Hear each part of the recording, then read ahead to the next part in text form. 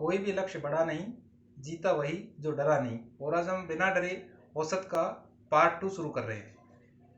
तो हमने कल देखा था कि किन्हीं संख्याओं का औसत कैसे निकालते हैं, और औसत का जो हमने सूत्र देखा था वो ये था कि सभी संख्याओं का योग, सभी संख्याओं का योग बटे कुल संख्या। औसत में लगभग सभी सवाल इसी कॉन्सेप्ट से हल हो जाते हैं। तो इसको हमें अच्छे से याद कर लेना है और अपने नोटबुक में, डायरी में कहीं भी लिख लेना है। कल हमने 7 सवाल हल कर लिए थे। अब हम 8वां सवाल देखते हैं।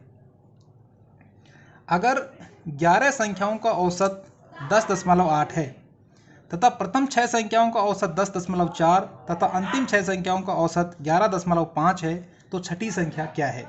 यह ध्यान देने की बात क्या है कि कुल संख्याएं 11 हैं और जो औसत दिया है वो प्रथम 6 संख्याओं का दिया है और अंतिम 6 संख्याओं का दिया है। मैं यहाँ पर आपको एक बार 11 संख्याएं लिख के दिखाता हूँ।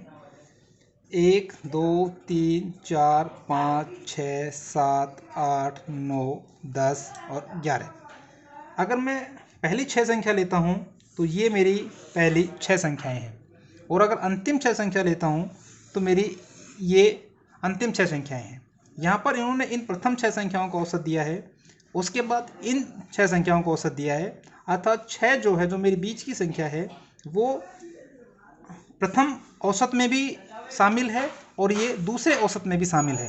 तो ये ध्यान रखना है कि बाकी सभी संख्याएं एक एक बार हैं, लेकिन जो बीच वाली संख्या है वो 2 बार आई है। अब ये दे रखा है कि 11 संख्याओं का औसत 10.8 है।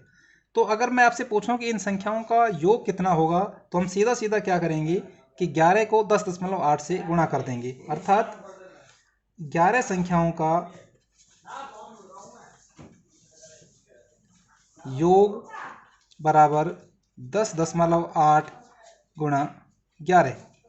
और जब मैं इसको गुणा करूँगा 10.8 गुणा 11, 108, 108, 8, 8, 1, 1 और यहाँ पर दशमलव बराबर 118.8। इसी तरह से प्रथम 6 संख्याओं का औसत 10.4 है, तो प्रथम 6 संख्याओं का योग ये हो जाएगा 10.4 गुणा में 6, और ये 6 चौका 24 और 6 और यहाँ पे डेसिमल 62.4। अंतिम 6 संख्याओं का औसत, अंतिम 6 संख्याओं का योग 11.5 गुणा में 6, 6 पंजो 30, हासिल 3, 6 एकम 6 और 3 9 और 6 एकम 6 और यहाँ पर डेसिमल। अब यहाँ पर हम देखते हैं कि प्रथम 6 संख्याओं का योग इतना है और अंतिम 6 संख्याओं का योग इतना है, इसलिए प्रथम 6 और अंतिम 6 का योग, प्रथम 6 व अंतिम 6 संख्याओं का योग बराबर 62.4 plus 69.0 is equal to 4, 9 plus 2 is 11, 6 plus 6 is 12 plus 1 carry 13, 131.4। जैसे मैं अभी आपने बताया था कि यहाँ पर जो बीच की संख्या है, छठी संख्या है, वो 2 बार आ गई है, इसलिए अगर इस जोड़ में से मैं बाकी 11 संख्याओं को घटा दूंगा तो मेरे पास वो छठी संख्या आ जाएगी। अतः छठी संख्या बराबर प्रथम 6 व अंतिम 6 का योग 131.4 और उन 11 संख्याओं का योग यहाँ लिख देता हूँ मैं -118.8। 4 कैरी यहाँ से हमने लिया 14, 14 माइनस 8 इज 6, यहाँ 0 एक कैरी लिया 10, 10 माइनस 8 इज 2, 2 में से 1 गया जब 1, अर्थात हमारी जो छठी संख्या है वो 12.6 है। अगला सवाल देखते हैं। अगर कक्षा के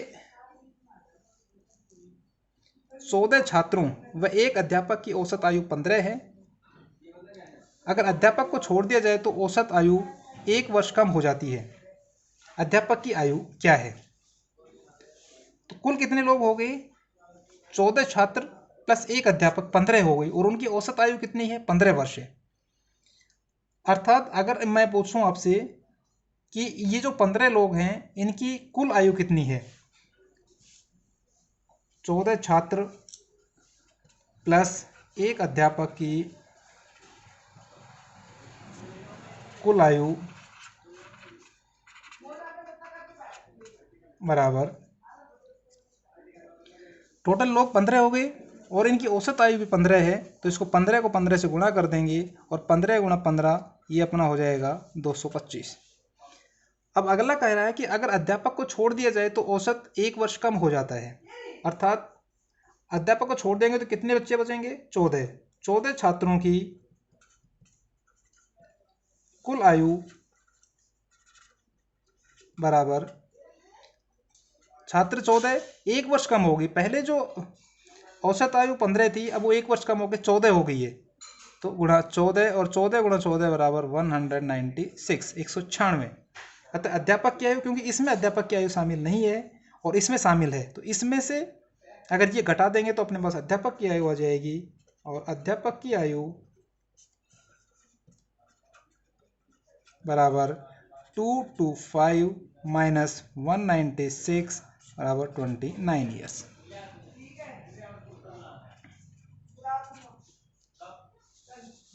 अगला सवाल देखते हैं। एक छात्र जिसका वजन 30 किलो है को एक अन्य छात्र से प्रतिस्थापित किया जाता है, तो कक्षा की 20 छात्रों का औसत 0.75 kg बढ़ जाता है। नए छात्र का वजन बताओ। देखिए यहाँ पर छात्रों की संख्या कम नहीं हुई है, एक छात्र जो है उसको हटा के उसकी जगह दूसरे छात्र को लेके आए हैं, और इससे जो औसत है वो 0.75 kg बढ़ गया है, और जो छात्र हटाया गया था उसका वजन 30 किलो है। तो छात्र वही 20 ही रहेंगे, और अपने को देखना है कि अगर औसत 0.75 kg बढ़ा है तो 20 छात्रों का कुल कितना वजन बढ़ा? 20 छात्रों का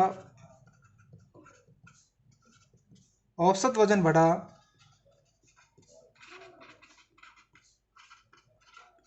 बराबर 0.75 kg।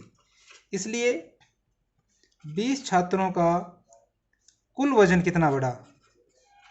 अगर एक छात्र का वजन या एवरेज औसत रूप से 0.75 kg बढ़ा है तो कुल वजन कितना बढ़ जाएगा? 0.75 गुणा में 20, और इसको जब हम गुणा करेंगे 0, 5 दूनी 10, 7 दूनी 14 और 1 15 kg। तो एक छात्र जिसका वजन 30 किलो था वो तो हट गया, और उसकी जगह एक ऐसा छात्र आया है जिसका वजन इससे 15 kg ज़्यादा है। तो नए छात्र का जो वजन है, नए छात्र का वजन बराबर 30 प्लस 15 बराबर 45 kg। अगर इसको दूसरे तरीके से करना चाहें तो हम ये भी मान सकते हैं कि जो 20 छात्रों का पहले औसत था, 20 छात्रों का पूर्व में औसत बराबर x। अब एक छात्र को प्रतिस्थापित करने के बाद नया औसत, 20 छात्रों का नया औसत x प्लस 0.75। अब यहाँ से हम देख सकते हैं कि 20 छात्रों का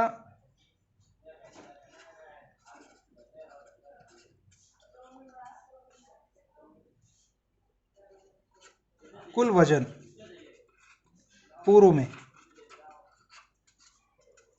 20x, और यहाँ से नया औसत जब x प्लस 0.75 है तो 20 छात्रों का कुल वजन वर्तमान में 20 गुणा x प्लस 0.75 बराबर 20x प्लस 20 को 0.75 से गुणा करेंगे तो 20x। लेकिन यहाँ पर ध्यान देने की बात क्या है कि इसमें से एक छात्र जिसका वजन 30 किलो था पुराने में, वो निकल गया है, तो कुल वजन जो कि 20x था उसमें से हमने 30 किलो निकाल दिया है। और उसके बाद एक नया छात्र आया है,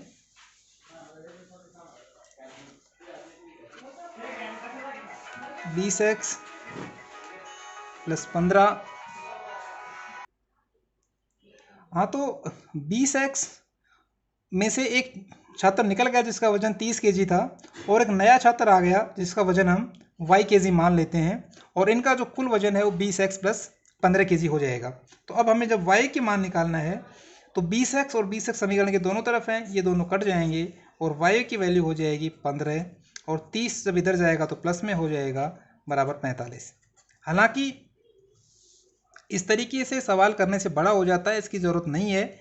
यहाँ पर आपको ये कॉन्सेप्ट ध्यान रखने की ज़रूरत है कि अगर 0.75 kg औसत वजन बढ़ा है तो कुल वजन बढ़ गया 15, और जो छात्र जो बाहर गया था उसका वजन 30 किलो था, तो 15 किलो कुल वजन बढ़ने के लिए नया छात्र का जो वजन है वो पुराने छात्र का वजन प्लस बढ़ा हुआ वजन 15 kg बराबर 45 kg होगा।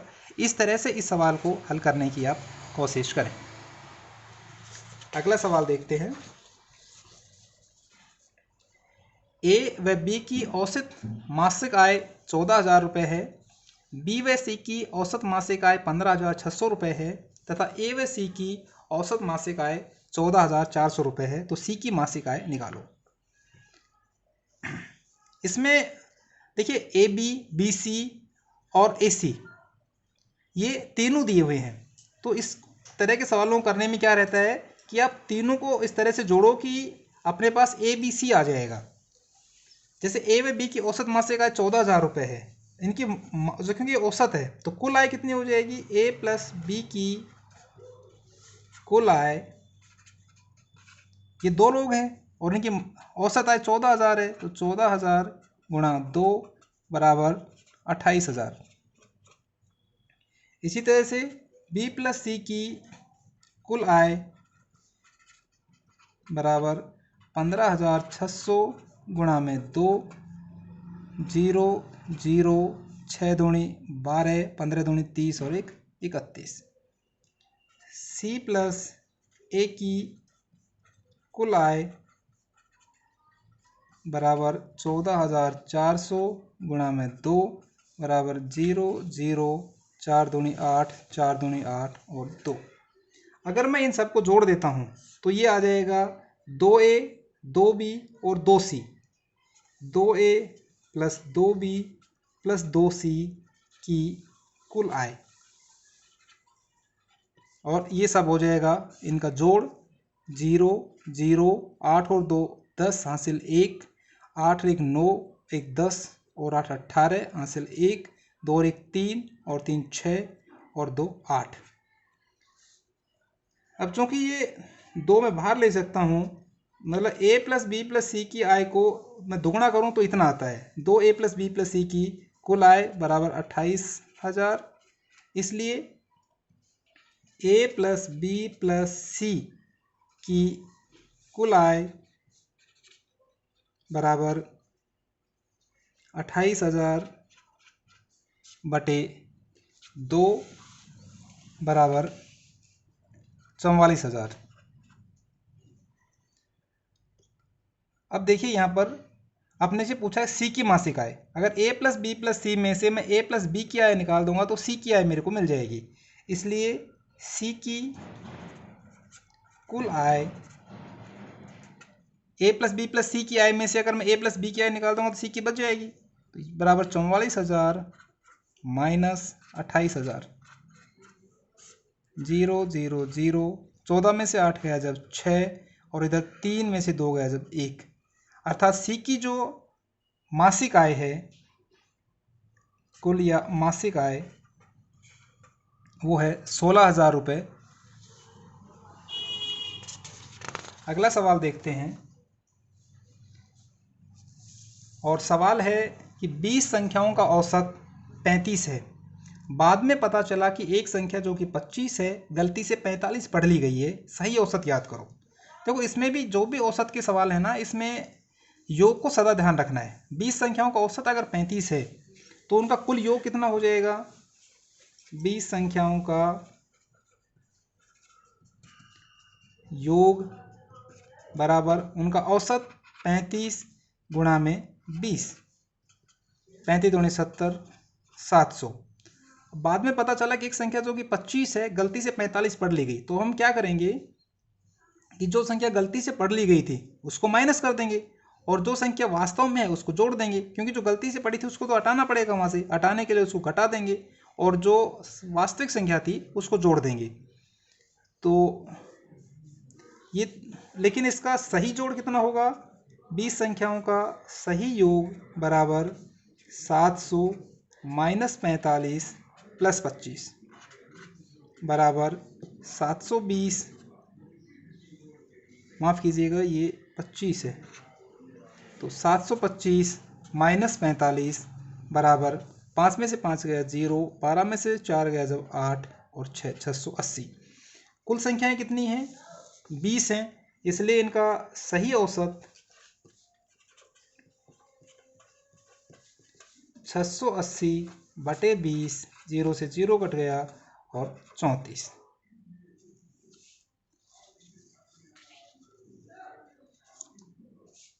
एक परिवार के सभी सदस्यों का गेहूं का मासिक उपभोग 10.8 केजी प्रति व्यक्ति है। यदि उस परिवार में 8 वयस्क हैं जिनका मासिक उपभोग 15 केजी प्रति व्यक्ति है, तो परिवार में बच्चों की संख्या बताओ। इसमें हम मान लेते हैं कि परिवार में बच्चों की संख्या x है। माना परिवार में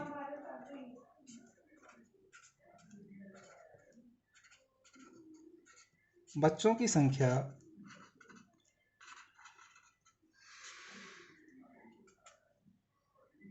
x है। दिया हुआ है वयस्कों की संख्या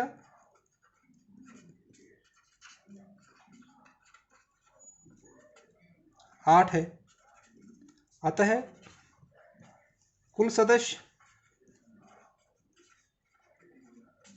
वयस्क प्लस बच्चे 8 प्लस x। एक परिवार के सभी सदस्यों का गेहूं का मासिक उपभोग 10.8 केजी प्रति व्यक्ति है। ये मासिक उपभोग है, अर्थात गेहूं का कुल उपभोग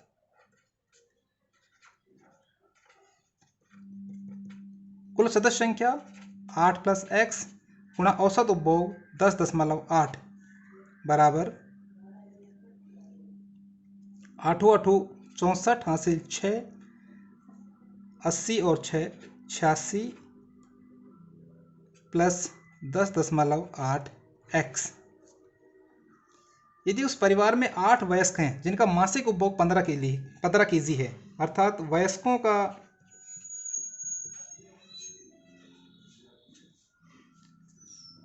कुल उपभोग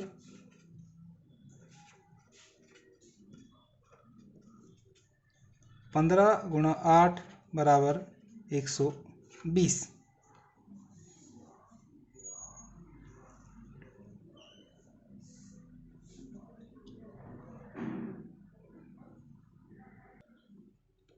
हाँ, तो इस सवाल को हम आगे बढ़ाते हैं।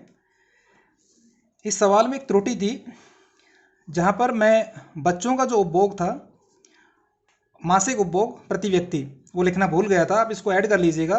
बच्चों का मासिक उपभोग प्रति व्यक्ति 6 केजी है, तो इस हिसाब से बच्चों का जो कुल उपभोग होगा ये वयस्कों का उपभोग हो गया, और बच्चों का कुल उपभोग बराबर बच्चों की संख्या x गुणा उनका मासिक उपभोग 6x।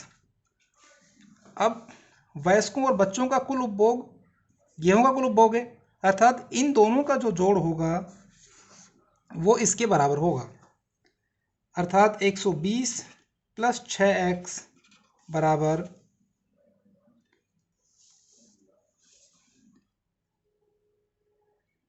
10.8x प्लस 86.4 और x को मैं इधर ले आता हूँ और इस संख्या को इधर ले आता हूँ तो 120 माइनस 86.4 बराबर 10.8x माइनस 6x।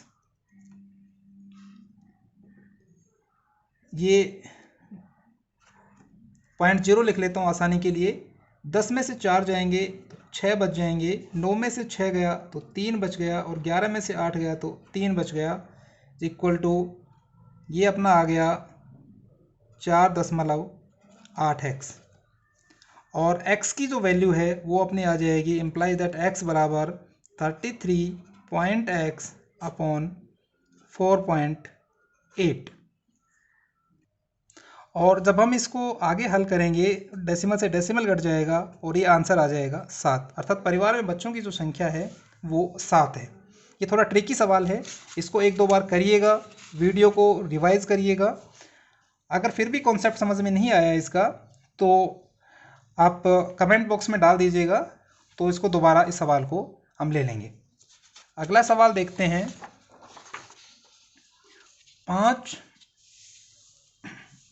5 क्रमागत प्राकृत संख्याओं का औसत m है। यदि इनमें अगली 3 प्राकृत संख्याओं को शामिल कर लिया जाए तो नया औसत क्या होगा। क्रमागत प्राकृत संख्या का मतलब है जैसे 2, 3, 4, 5, 7, 8, 9, 10, 11, इस तरह से जो भी संख्याएं एक एक करके हम बढ़ा रहे हैं वो क्रमागत संख्याएं हैं। तो 5 क्रमागत प्राकृत संख्याओं का औसत m है। तो एक इजी तरीका क्या हो सकता है कि हम ध्यान दें कि अगर उनका औसत m है तो हम वो 5 संख्याएं इस तरह से ले सकते हैं कि पहली संख्या m-2, दूसरी संख्या m-1, तीसरी संख्या m, चौथी संख्या m+1 और पांचवी संख्या m+2। तो हम सबको जोड़ेंगे तो 2 से 2 कट जाएगा, 1 से 1 कट जाएगा और ये 5m हो जाएगा। 5m में जब 5 का भाग देंगे तो अपना औसत m आ जाएगा।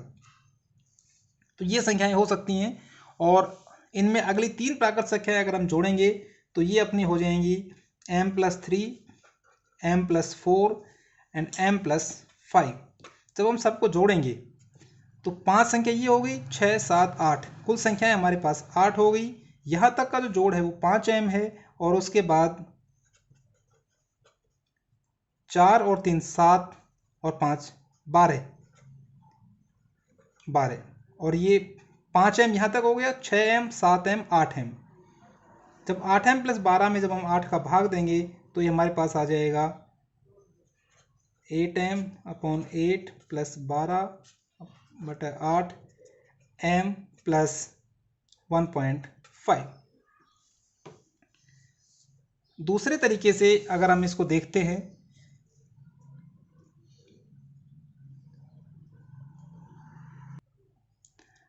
अगर इन सवालों में किसी व्यक्ति को ये m, n, x इस तरह के लेने से दिक्कत हो तो आप कोई भी 5 क्रमागत संख्याएं ले लो। जैसे यहाँ पर मैं 5 क्रमागत प्राकृत संख्याएं 1, 2, 3, 4 और 5 ले लेता हूँ। इन 5 क्रमागत संख्याओं का जो जोड़ है वो 5, 4, 9, 9 और 3 12, 13, 14 और 15 और औसत कितना हो जाएगा इनका, औसत बराबर 15/5 बराबर 3, जो कि यहाँ पर m दिया हुआ है। अगर इसमें मैं आगे 3 प्राकृत संख्याएं और जोड़ देता हूँ तो मेरे पास हो जाती हैं 5, 6, 7, 8। यहाँ तक मेरा जोड़ 15 हो गया था। 15 और 6 21 और 7 28, 28 और 8 36। तो अब मेरा जो कुल जोड़ हो गया वो हो गया है 36। कुल जोड़ 8 संख्याओं का।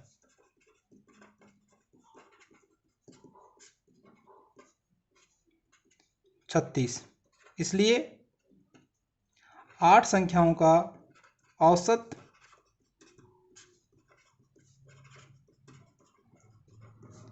36/8 बराबर 8 चौक 32 बचे 4 डेसिमल 8 पंजो 40, 4.5। अगर 4.5 में से जो मेरा पुराना औसत m अर्थात 3 था उसको मैं हटा दूं तो ये आ जाता है मेरा 3 10 + 1.5, क्योंकि 3 जो था वो तो मैंने m की जगह लिया है, इसलिए उत्तर की दृष्टि से जो इसमें मैं लिखूंगा वो मेरा आंसर हो जाएगा m + 1.5। अगला सवाल देखते हैं। एक क्रिकेटर का 8 पारियों में कुछ औसत है। यदि वह 9वीं पारी में 100 रन स्कोर करता है तो उसका औसत 9 अधिक हो जाता है। उसका नया व पुराना औसत क्या है? माना पुराना औसत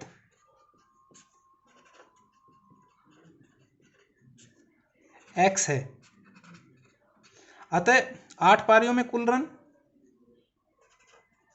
अतः 8 पारियों में कुल रन बराबर 8 × x बराबर 8x। क्योंकि 9वीं पारी में वो 100 रन का स्कोर करता है, इसलिए 9 पारियों में कुल रन बराबर 8x + 100, तो उसका औसत 9 अधिक हो जाता है। इसलिए 9 पारियों का औसत कुल रन बटे पारियों की संख्या। लेकिन ये प्रश्न में दिया हुआ है कि ये जो औसत है ये पुराने औसत से 9 अधिक है, अर्थात ये जो नया मेरा औसत है 8x + 100/9, ये पुराना औसत x से 9 अधिक है। यहाँ पर तिरछा गुणा करने पर 8x + 100 बराबर 9x + 9 नाम 81, इम्प्लाइज दैट 8x को मैं इधर ले जाता हूँ और 81 को यहाँ पर ले जाता हूँ, तो 100 - 81 बराबर 9x - 8x, इम्प्लाइज दैट 100 में से 81 जाएंगे तो 19 बराबर x, अर्थात उसका पुराना औसत जो है वो 19 होगा। ये हो गया अपना पुराना औसत, और नया औसत है वो अपना हो जाएगा 19 + 9, क्योंकि वो 9 अधिक है, तो 19 और 9 28।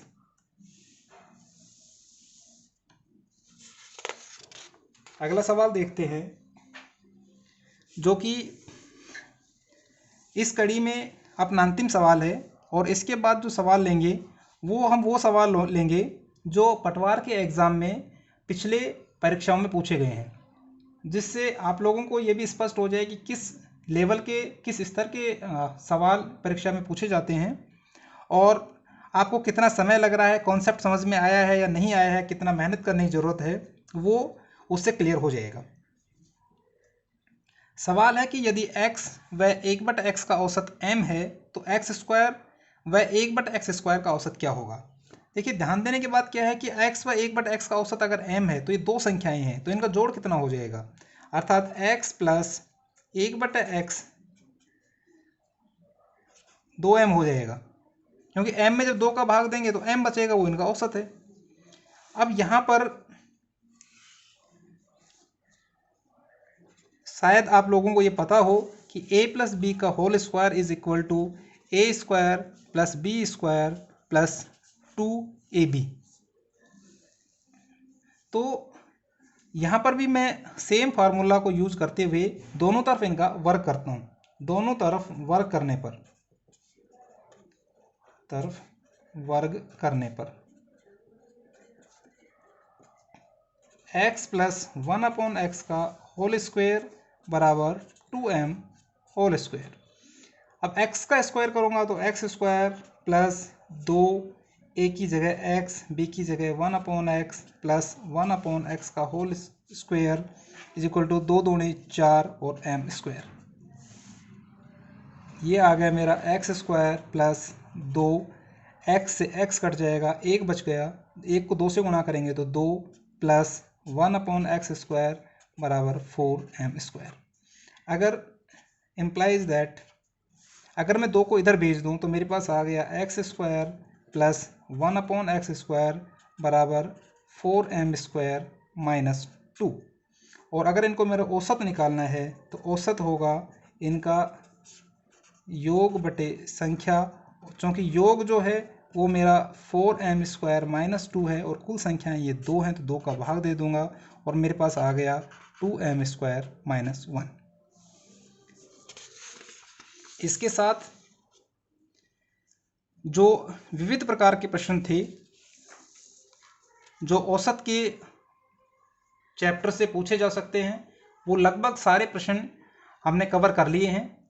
अब आप लोग कहीं से भी आपको औसत से संबंधित सवाल मिलते हैं, उनको प्रैक्टिस करिए। जो सवाल मैंने करवाए हैं उनको आप अपने नोटबुक में लिख के उनको बार बार रिवाइज करते रहिए, क्योंकि मैंने लगभग सारे सवाल अलग अलग तरीके के बताए हैं और इन तरीकों से बाहर जाके सवाल पूछना शायद ही संभव हो।